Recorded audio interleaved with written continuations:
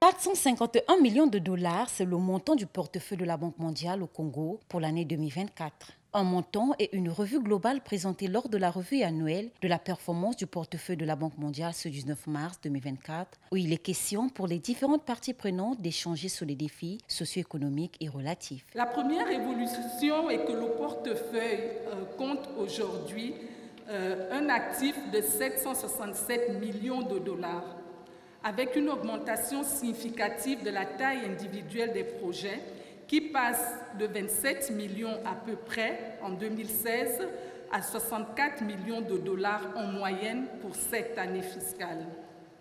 Et le pipeline de projets pour cette année fiscale, c'est-à-dire entre maintenant et le mois de juin et pour la prochaine année, n'est pas négligeable. La deuxième évolution est que notre portefeuille est à la fois plus ambitieux et plus complexe, car il utilise des mécanismes de financement adaptés aux défis de développement de la République du Congo et reflète aussi l'évolution de la collaboration entre la banque et le pays. Le troisième point de l'évolution, enfin, est que nous sommes tous assez fiers des progrès significatifs réalisés dans plusieurs domaines clés.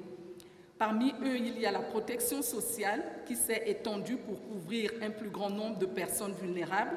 Nous avons également soutenu le développement de compétences fondamentales et d'employabilité de plusieurs jeunes au Congo. Le secteur privé a été renforcé, l'agriculture a été stimulée et nous avons soutenu des réformes profondes dont les effets positifs commencent à se manifester.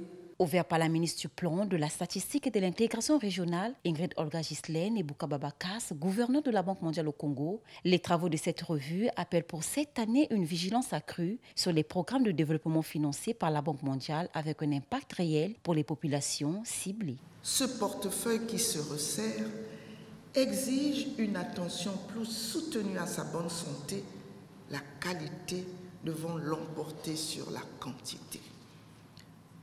Une telle attention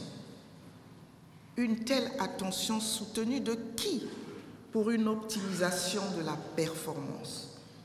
De nous tous, acteurs de la chaîne de performance de tout projet du portefeuille, les coordonnateurs, les ministres sectoriels bénéficiaires, le gouverneur et même la Banque mondiale.